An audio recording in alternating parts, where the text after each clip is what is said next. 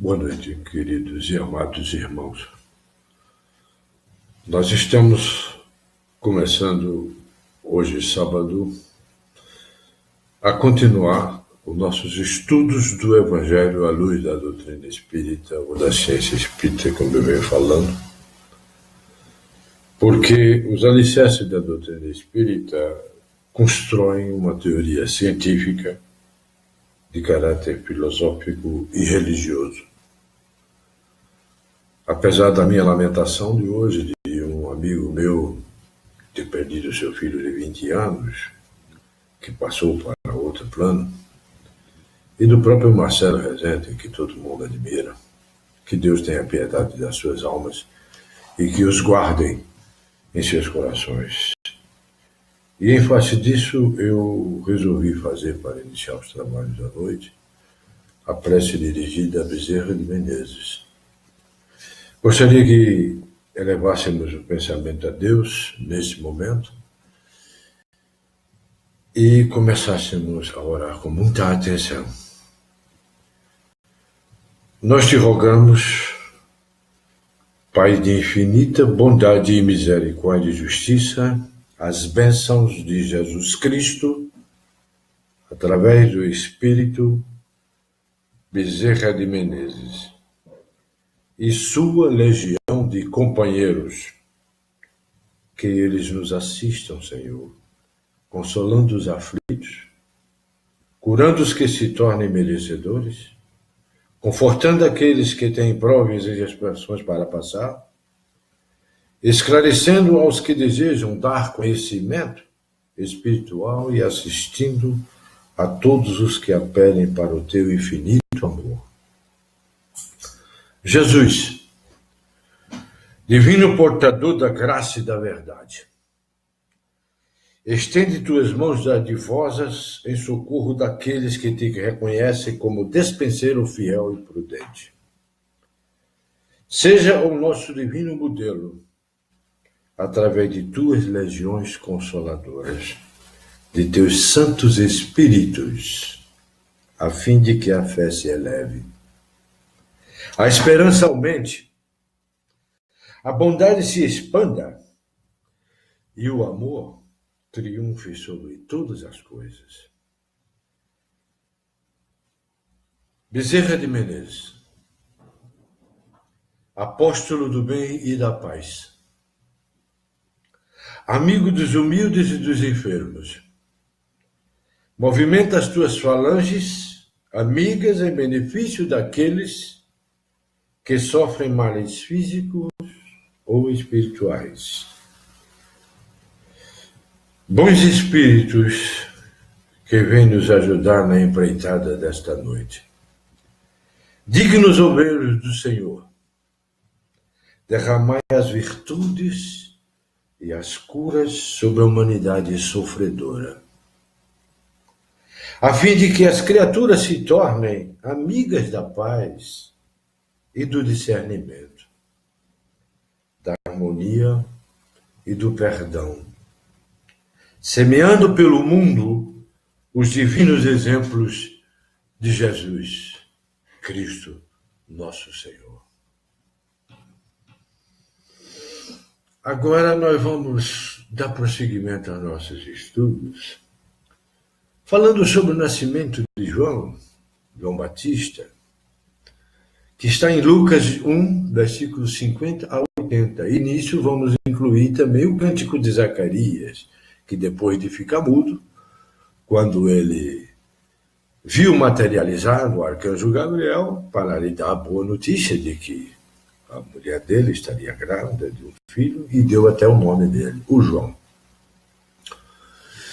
Foi então, no 57 em diante, até o 66, eu vou sintetizar, chegado o tempo de dar à luz, Isabel teve um filho. Seus vizinhos e parentes, sabendo a grande misericórdia que o Senhor manifestava para com ela, participavam de seu regozijo. No 8º dia vieram circuncidar o menino e iam dar-lhe o nome do pai, Zacarias, como era comum naquela época. A circuncisão é típica dos judeus, da religião judaica. Sua mãe, porém, disse: não, mas será chamado João. Disseram, ninguém há entre teus parentes que tenha esse nome. Está no versículo 61. E perguntavam por acenos ao pai que nome queria que lhe pusessem. Ele pediu uma tabuinha, escreveu, João é seu nome. E todos se maravilharam. Imediatamente lhe foi aberta a boca e solta a língua. Lembra-se que estava surdo e mudo, porque não acreditou no arcanjo Gabriel? E começou a falar, bendizendo a Deus. O temor apoderou-se de todos os seus vizinhos e divulgou-se a notícia de todas essas coisas por toda a região montanhosa da Judéia. E lembre-se que nós fizemos uma diferenciação entre Judéia e Galiléia. Vocês já ouviram falar sobre isso. E todos os que delas souberam as guardavam no coração, dizendo que virá a ser então esse menino. Pois, na verdade, a mão do Senhor estava com ele. Precisamos agora entender esses versículos à luz da ciência espírita e da teologia, da parapsicologia, da mecânica quântica, como nós temos estudado. A expressão chegado o tempo de dar à luz é repetição do Gênesis, capítulo 25, versículo 24. E a atribuição do fato à misericórdia divina reproduz Gênesis 19, versículo 19. O acontecimento causou grande alegria e alvoroço entre a parentela e a vizinhança. O evangelista passa então a narrar a cena da circuncisão de acordo com a lei. Está na lei, Gênesis 17, 12, 21, 4 e Levítico 12, 3. A circuncisão era obrigatória para os judeus. O rito da circuncisão não era atribuição sacerdotal, como muita gente pensa. Qualquer israelita podia desempenhá-lo naquela época, mesmo na residência dos pais. Em todas as localidades havia o que hoje existe, o morrel, pessoa habilitada para essa delicada operação nos recém-nascidos.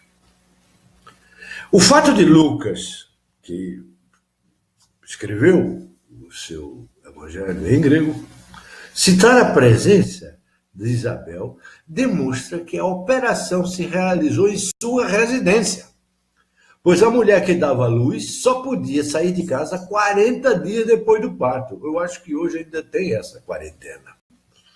No ato da circuncisão, rito pelo qual o menino era oficialmente incluído no povo israelita, tal como hoje, era-lhe imposto um nome. Causa estranheza o fato de quererem colocar no filho o nome do pai, o que contrariava o costume israelita. Mas, em vista da idade provecta do pai, não haveria futuramente possibilidade de confusão entre os dois. Eles não gostavam muito de colocar o mesmo nome porque dava confusão. Zacarias, filho de Zacarias, ficava uma coisa complicada. Nesse ponto intervém Isabel, que quer dar ao menino o nome de João. Os parentes não aceitam a sugestão porque fugia aos hábitos judeus daquela época não ser um nome escolhido pela mãe. A mãe tinha que escolher. Como ainda que se pusesse o nome, se já não fosse um nome de família. Por isso interrogaram a Zacarias, porque quem dava o nome era o pai. Por acenos, demonstrando sua surdez temporária que nós falamos no sábado passado, este pega uma tabuinha recoberta de cera e com um estilete escreve o nome de João, confirmando o que dissera Isabel. O evangelista anota a admiração de todos e a divulgação que teve a notícia na redondeza. A expressão guardar no coração, meus amigos, é típica, essencialmente típica do hebraico. Está no primeiro livro do Reis, isso, capítulo 21, versículo 12. E exprime refletir, tomar uma grande consideração. Outra expressão idiomática traumática aparece em a mão do Senhor, que quer dizer, significa proteção divina. Quando se diz a mão do Senhor sobre vós, significa proteção divina sobre cada um de nós. Conforme Atos dos Apóstolos, capítulo 11, versículo 21, e capítulo 13, versículo 11. Vamos fazer uma análise à luz das nossas análises teológicas místicas, da tradição. Logo que o sublime encontro se verifica, nascendo um homem novo, temos a passagem direta da luz do mental, que não necessita mais da mediania da intuição, mãe, chegando a encher ao intelecto e tornando-se o iluminado, o Buda. A intuição, Isabel, ponte entre os dois, uma vez que apresentou o intelecto, Zacarias, o resultado da busca, o filho, o retrato, o intelecto. Se retrato, o intelecto, ao verificar a verdade e a realidade, digamos, palpável, explodirá em palavras de alegria incontida e de elevação espiritual, cujo exemplo o evangelista nos dará no cântico de Zacarias, que eu vou falar logo a seguir. Temos, pois, que o intelecto saiu da contemplação, da meditação silenciosa, da surdez e mudez de vários meses, o intelecto de Zacarias, e quase não acha palavras para agradecer o prodígio. Descendo dessas alturas, voltará a sentir o veículo físico que estavam esquecidos durante a meditação dele. Não admite, como a intuição já sugeriu, que o produto tão divino seja chamado simplesmente lembrança de Yahvé. Não. O nome só pode corresponder à realidade do ocorrido. E Yahvé foi favorável a que isso acontecesse. Ao retornar contato com seus veículos de manifestação, trazendo consigo o filho, há uma alegria indescritível entre todos os parentes e vizinhos, ou seja, em todas as células e órgãos, tanto os do corpo espiritual ou astral, como de suas correlatas no corpo físico denso. Todas vibram no intenso regozijo, eliminando males e mazelas e participando plenamente da vida. A circuncisão simboliza, meus irmãos, o corte de todos os prazeres emocionais que daí por diante não terão mais expressão nem atrativo para ele. Esse é o significado da circuncisão. E o temor que se apodera de todos os vizinhos exprime o choque traumático produzido em todos os órgãos e células que se sentem aniquiladas quando o espírito emerge no infinito. Este choque e o respectivo temor se estende por toda a região montanhosa da Judéia, isto é, por toda a personalidade. A anotação região montanhosa, em nossa interpretação teológica, mística,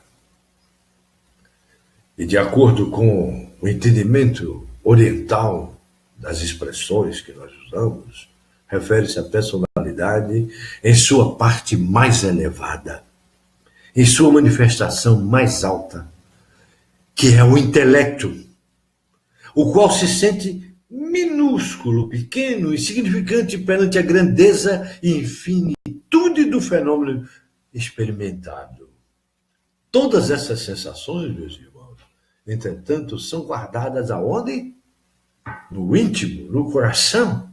Isto é, são mantidas secretas e não contadas a todos indiscretamente. Apenas a criatura se pergunta a si mesmo: que me ocorrerá agora? Porque realmente ela sabe o que sente e sabe que sente que o Senhor, o Cristo cósmico, está com ela. Como eu venho dizendo sempre, o Cristo cósmico que está em cada um de nós.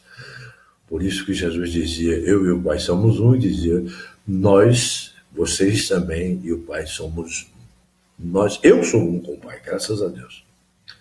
E com Jesus Cristo. Dos 67 a 80, o Lucas descreve a coisa mais ou menos assim. Zacarias, seu pai, ficou cheio de um Espírito Santo e profetizou, olha lá, dizendo, olha a expressão, cheio de um Espírito Santo e profetizou. Vamos ver como a mediunidade e a ciência espírita se encaixam nisso. Eu vou explicar esse passagem. Bendito seja o Senhor Deus de Israel, Yahvé, porque veio visitar e trazer resgate a seu povo.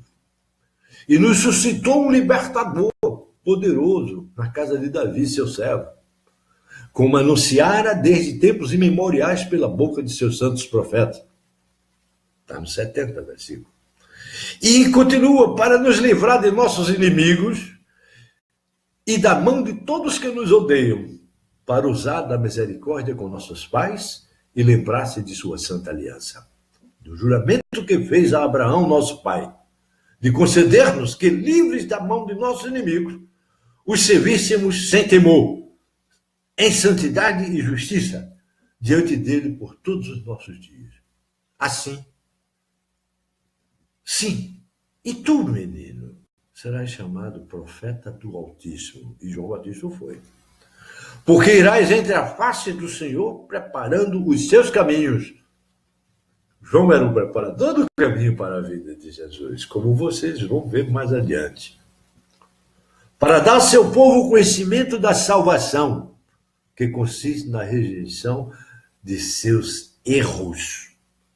Devido ao amor misericordioso de nosso Deus, no versículo 78, pelo qual nos visita o sol do alto, para iluminar os que estão sentados nas trevas e na sombra da morte, para dirigir nossos passos no caminho da paz.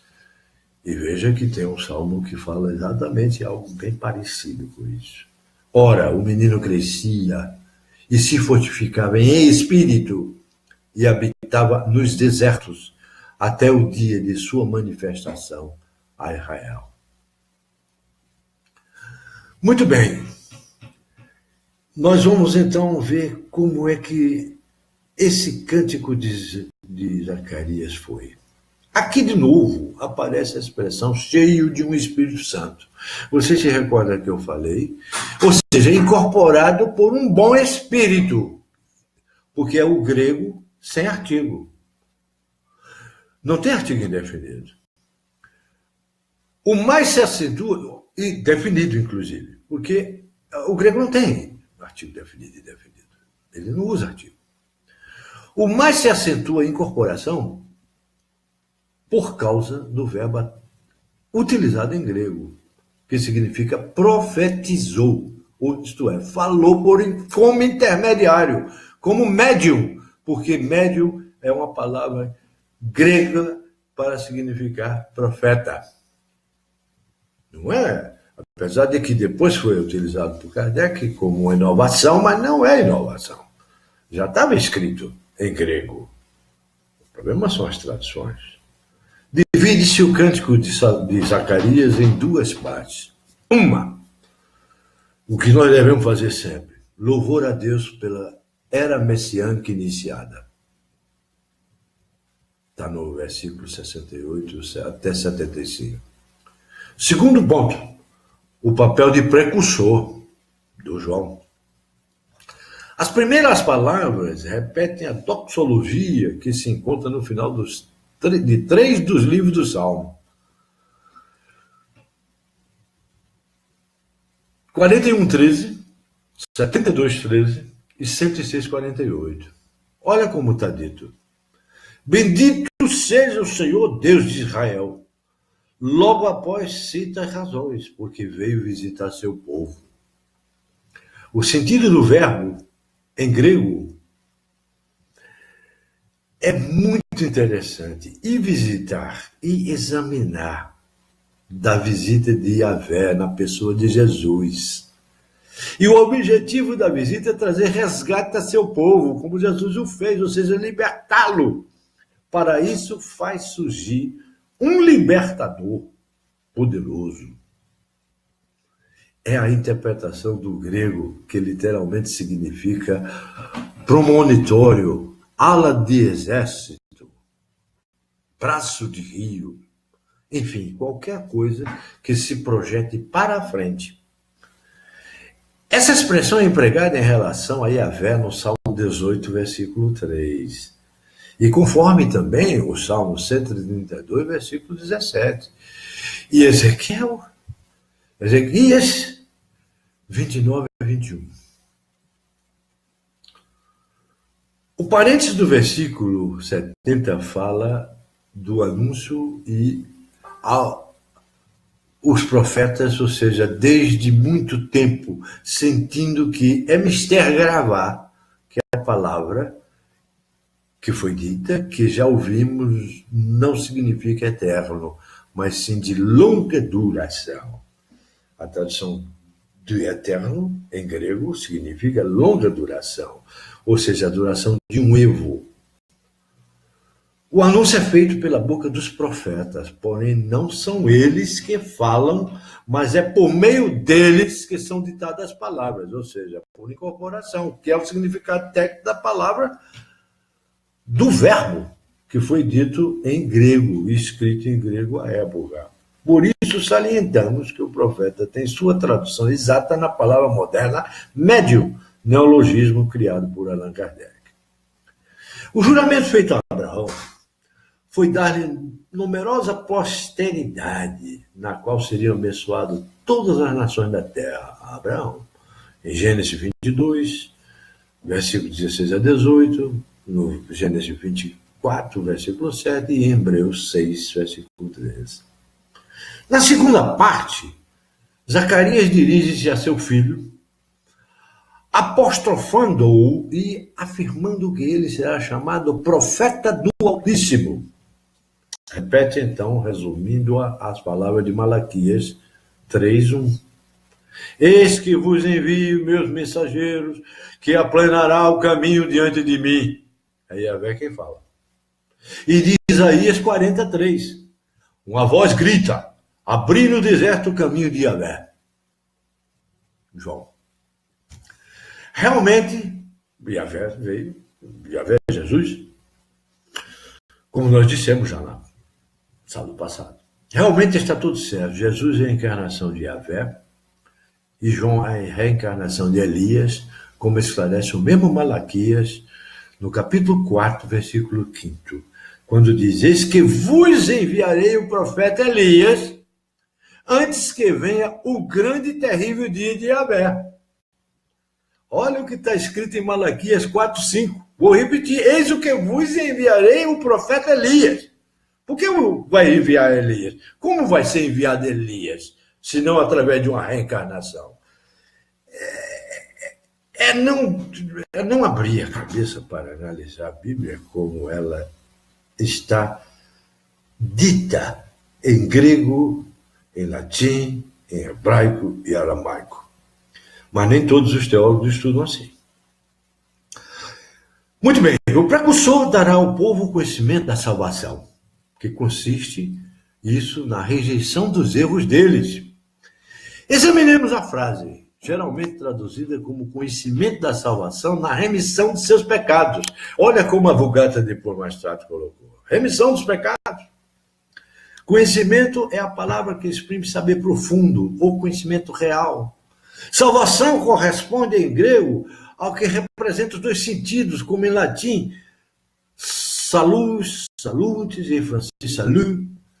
Tanto é que a gente tem um cumprimento em francês, eu fui sócio dos franceses 9 anos, a gente quando encontrava um com o outro, dizia salut.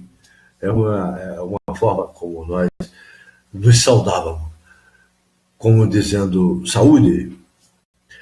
E tanto se refere à parte física, saúde, como à parte espiritual, salvação. Existem os dois significados. A preposição em tem aqui função instrumental. Salvação que se obtém por meio de, o que consiste em. E o dativo, regido pela preposição, exprime o ato de jogar fora, mandar embora, despedir, portanto, rejeição, expulsão. O genitivo que foi colocado pelo Lucas significa os erros deles, erros que no campo teológico são denominados pecados ou quedas. Essa expressão erros que Lucas escreve foi mais tarde interpretada à força, botaram na cabeça das pessoas. Pecados, pecados e pecados. Mas o vocábulo grego existe uma ideia muito mais ampla do que isso. É todo e qualquer erro. Todo e qualquer erro. A salvação, a libertação da criatura da constante descida à matéria, ou seja, do ciclo reencarnatório, é obtida pela rejeição dos erros, e não apenas pela remissão dos pecados. Isto é, por meio das fórmulas ritualísticas ou palavras mágicas, também não é conseguida mediante atos de outra pessoa. Por mais categorizada que seja, depende única e exclusivamente de cada um de nós consertarmos os nossos erros para a nossa evolução. Só se salvará quem rejeitar seus erros, mudando o rumo de sua vida e renovando-se internamente, interiormente. Veja como a ciência espírita, ela explica de uma forma tão excepcional aquilo que está escrito, que as pessoas dizem, é a palavra, é a palavra, é a palavra. Tudo bem, é a palavra, mas vamos analisar a palavra, vamos fazer uma hermenêutica da palavra. Tudo isso pode realizar-se pelo coração ou pelo amor misericordioso de nosso Deus, Yahvé, o Deus dos israelitas, pelo qual o amor nos visitará o sol do alto. Aqui Jesus é comparado ao sol sublime, que do alto vem a nos iluminar. Os que estão sentados nas trevas e nas sombras da morte. Ou seja, os que estão encarnados no cárcere da carne. Porque o espírito, quando está encarnado, ele está aprisionado, ele está nas trevas da matéria, sujeito à sombra triste da morte inexorável. É como se ele ao encarnar, ele está preso, aprisionado na matéria. E é esse sol, Jesus, já tão cultuado em outros povos como a manifestação da natureza, que melhor nos revela os atributos divinos, e ele que dirigirá nossos passos no caminho da paz, Jesus.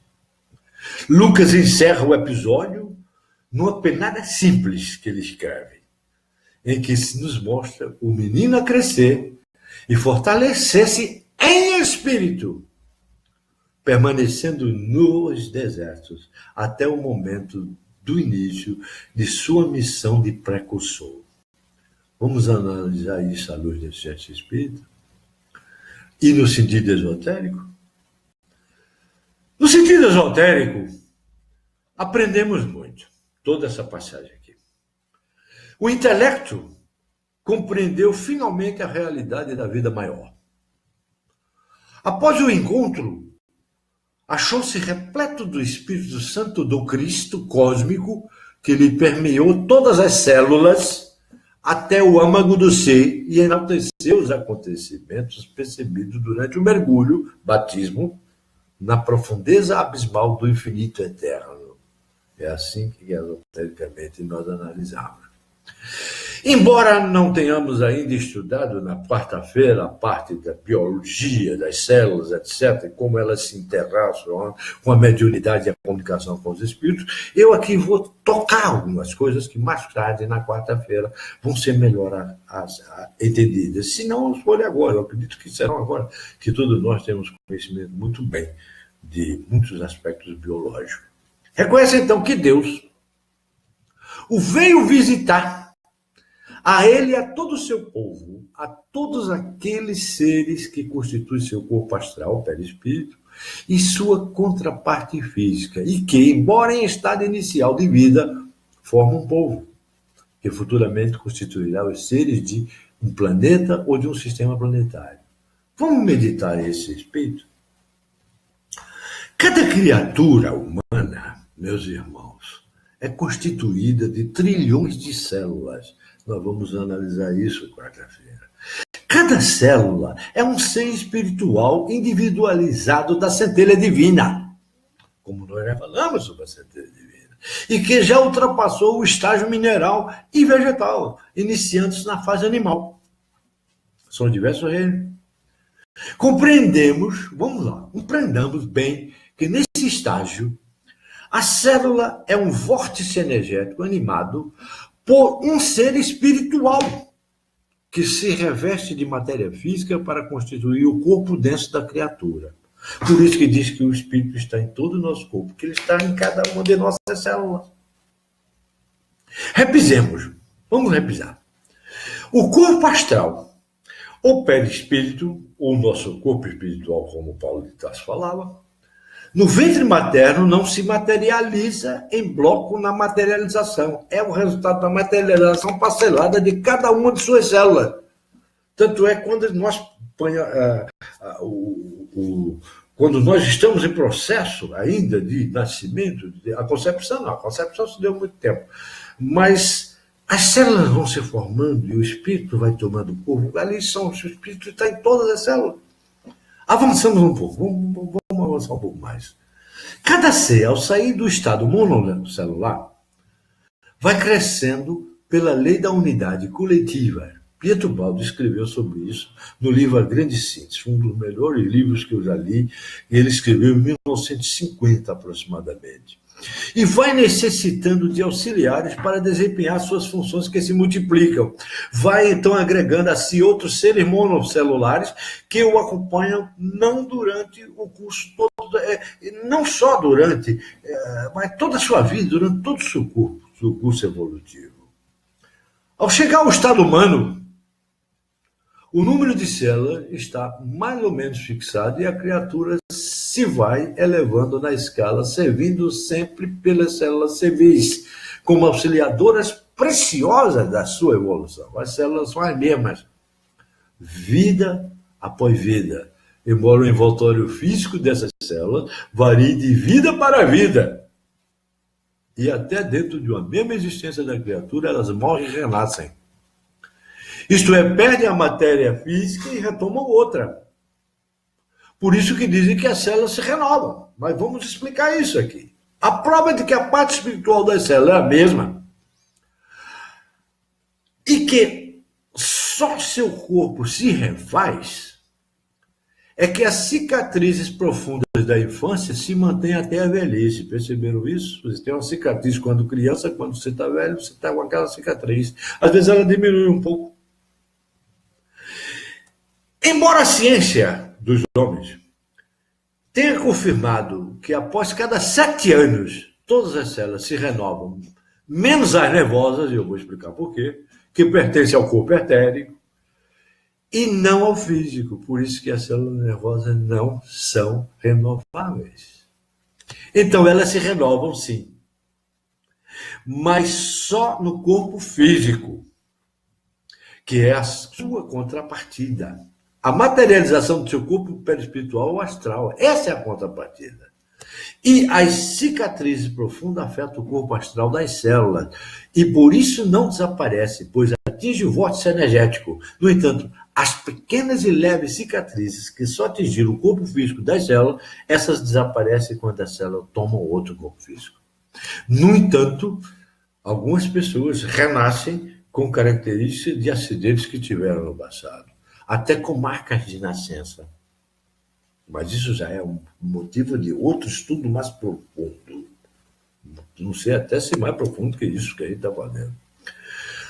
Ora, essas células, seres espirituais com mente própria, tanto que sabem suas funções específicas e exercem a rigor, evoluirão também. A célula, ela tem uma vida própria. Enquanto permanece no corpo humano, possui a chamada alma-grupo, constituídas pelo nosso próprio espírito, e são governadas pela nossa mente subconsciente. Tanto assim que nos desequilibra e aparecem os distúrbios e as enfermidades. E Divaldo é mestre em falar isso com Joana de Anjos, que o nosso pensamento, nossas depressões, nossas dificuldades, nossas emoções, nossos egoísmos, nossos ódios, nossos rancores, tudo que se refere ao nosso comportamento afeta o nosso corpo físico e, inclusive, alguns dos nossos órgãos ficam profundamente afetados. chegam a sofrer gravemente. Por isso que a gente tem que analisar muito, estudar a Bíblia assim, para que a gente possa ver o quanto ela nos ensina do nosso comportamento interior. Mas ascendendo lentissimamente pela escala animal, atingirão após milênios de milênios a escala humana. Daí eu falei do reino nominal. E é esse ponto a criatura humana que foi servida por essa célula, hoje a criatura humana, já atingiu o grau evolutivo elevadíssimo e terá sob sua responsabilidade todo esse conglomerado humano que constituirá o seu povo, o seu corpo. Por isso que diz, cuide do teu corpo, é a casa do Senhor, teu coração é o teu templo. Aqui temos uma explicação, um grande motivo que impeliu Yahvé, Jesus, a criar o planeta, que ele é o governador do nosso planeta, ou todo o sistema planetário, que para acolher-nos em nossa evolução, gente, nós precisamos evoluir, melhorar o que somos. Essa humanidade que aqui vive é constituída de antigas células que em épocas imemoriais formaram os corpos de Jesus durante sua passagem pela escala nominal em outros planetas. Ajudamos-lo em sua evolução nominal e ele agora ama-nos entranhadamente até o sacrifício dele próprio e veio entre nós, que era seu para ajudar-nos a libertar-nos do jugo da matéria. Por isso que ele ressuscitou. Ele matou a morte. Esclareçamos o seguinte, que não nos referimos ao corpo de Jesus materializado em sua última passagem na Terra, há 2000 anos. Não. O que dizemos ocorreu há bilhões de anos atrás. Por isso que ele é o governador desse planeta. Como é maravilhoso e sublime o encadeamento de todos os seres do universo, meus amigos, meus irmãos, nessa sucessão constante para a divindade, através do serviço e do amor. Zacarias, pois, o intelecto que compreendida essas verdades, bendize o Senhor Deus de Israel, pois realmente para nós, as antigas células do seu corpo, Jesus é um Deus, e é o nosso Deus. Percebendo isso, ao mergulhar no profundo de si mesmo, olha que coisa interessante. Eu fico impressionado, porque na realidade nós estamos, eu estou sendo talvez até muito profundo até demais. Zacarias compreendia essas verdades, bendize ao Senhor Deus de Israel. Percebendo isso, ao mergulhar no profundo de si mesmo, unindo-se ao Cristo interno dele, o intelecto vê que surgiu para ele o libertador da casa de Davi. Ou seja, no plano do amado, lembremos que nós já falamos sobre isso, que Deus, o absoluto o amor, quando se manifesta, é o Pai, o Verbo. O amante e sua manifestação é o Filho em Cristo, o amado, que nos liberta. Pois, a casa do amado, significado do nome Davi, que surge o libertador. Olha como nós interpretamos a Bíblia. Todos esses sistemas de penetração no âmago para encontrar o Cristo interno ou o Eu Supremo foi anunciado desde a mais remota antiguidade por todos os profetas que eram apenas intermediários ou médiuns de Yahvé. Não apenas junto aos israelitas, mas a todos os povos, pois todos têm a mesma origem e afiliação divina. Todos os povos. Ninguém é melhor do que ninguém. A cada povo, a manifestação teve de acordo com a sua capacidade, dando-nos a ideia de que cada raça constitui um órgão diferente do mesmo corpo. Está em Paulo, Romanos 12, 4 a 5. Quando ele diz, pois assim como temos muitos membros de um só corpo, e todos os membros não têm a mesma função, assim nós, sendo muitos, somos um só corpo em Cristo. Saulo de Tarso. Mas individualmente somos membros uns dos outros. E mais não sabeis, o que disse Paulo, e mais não sabeis que vossos corpos são membros de Cristo. Está na primeira epístola aos Coríntios, capítulo 6, versículo 15. E ainda, disse mais o Saulo de Tarso, assim como o corpo é um e tem muitos membros, e todos os membros do corpo, embora muitos, constituem um só corpo, assim também é Cristo. Está na primeira epístola aos Coríntios, versículo 12, capítulo 12. E ele ainda diz mais adiante, ora, vós sois corpo de Cristo e individualmente um de seus membros. Está na primeira epístola aos Coríntios 12, 12. Adiante ele diz que, pois sois membros do seu corpo, o corpo de Cristo, em Efésios 5,30. E com todas as raças formam esse corpo, também é afirmado por Paulo em Coríntios 12, 13. Em um só Espírito de Cristo, fomos todos mergulhados em um só corpo, quer judeu, quer grego, quer escravo, quer livre, quer rico, quer pobre. Isso ele dizia. E a todos nós foi dado de beber de um só Espírito. Também o corpo não é um só membro, mas muitos. Olha como a doutrina espírita é extraordinária, a ciência espírita é extraordinária para interpretar o que Saulo falou e o que ele queria dizer naquela época, inclusive quando fazia suas mediúnicas. Depois de acenar a liberdade que obterá com esse mergulho no infinito, o intelecto se dirige ao homem novo que nasceu e o apostrofa, prevendo que de hora em diante será ele o precursor da união definitiva, da unificação conseguida pelo amor misericordioso. Também nessa aventura santa, o intelecto viu que a salvação consiste na rejeição total de seus erros, ou seja, na convicção absoluta de que o eu não é o corpo físico, nem as sensações, nem as emoções, nem os pensamentos, nem o chamado espírito, mas é na realidade o eu supremo, o Cristo interno de cada um de nós. Compreendeu que tudo que é externo a ele é transitório e, portanto, ilusão dos sentidos. E só Deus, meus irmãos, a única realidade objetiva é eterno. E esse está dentro dele. Conforme não sabeis que vosso corpo é santuário do Espírito Santo que habita em vós? Paulo pergunta em 1 Coríntios 6,19. Vou repetir. Não sabeis que vosso corpo é o santuário do Espírito Santo que habita em vós? Compreendeu que tempo e espaço são criações mentais. Einstein já falou sobre isso. E que só o infinito e o eterno são realidade. Compreendeu finalmente que quando a união se for conseguida, ele será um com Cristo, assim como Cristo é um com Deus, conforme João 17, 23, e porque aquele que se une ao Senhor é um espírito com ele, está em Coríntios 6, por isso que nós somos um com o Pai, nós somos um com Deus, nós somos um com Cristo. Cristo está em mim, eu estou em Cristo. Sem Cristo, nada feito.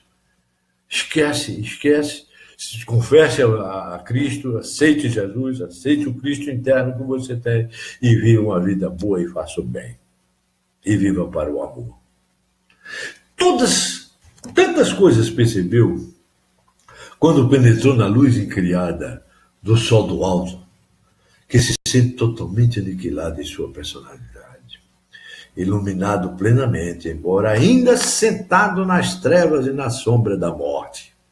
Ou seja, ainda mergulhado na matéria do corpo físico, mas agora confia no sol divino. Seus passos seguirão invariavelmente a estrada da paz. Eu falo tanto, eu posto tanto sobre paz, luz, harmonia. Pelo amor de Deus, o Cristo interno de cada um de nós tem que aflorar. E aí nós vamos amar mais o nosso irmão. Nós somos um com Cristo. E o evangelista tem o cuidado de alertar-nos para o fato de que o grande acontecimento não parou aí. mas prosseguiu desenvolvendo-se, crescendo em espírito e fortalecendo-se pelo exercício continuado. Não por meio de multidões citadinas, não, mas no deserto silencioso da meditação solitária, até que bem amadurecido pudesse manifestar-se. É assim, meus irmãos, que eu interpreto, à luz da ciência espírita, à luz da teologia, à luz, meus caros amigos, meus caros irmãos, do misticismo, do sentido esotérico, mas também biologicamente, parapsicologicamente, psicologicamente, o sentido do intelecto, homem com a intuição e com o eu interior, o eu supremo, o eu maior, que nós temos que fazer crescer. Por isso que Divaldo fala tanto em seu livro, o nosso eu maior, o eu superior. Quem fala também muito sobre isso é Saint-Germain. Saint-Germain fala muito sobre o eu maior, o eu superior, o supremo, a luz, a chama. Tanto que Miguel é representado pela chama azul, pela luz azul. E em face de tudo isso, meus amigos, eu acredito que hoje eu termino esses dois aspectos de Zacarias, o cântico de Zacarias. Espero que todos tenham entendido como a ciência espírita é extraordinária para explicar para e passo cada versículo da Bíblia, interpretando e colocando a gente no nosso dia a dia. E agora, então, eu faço uma prece de encerramento. Eu vou pedir uma prece do Arcanjo Miguel.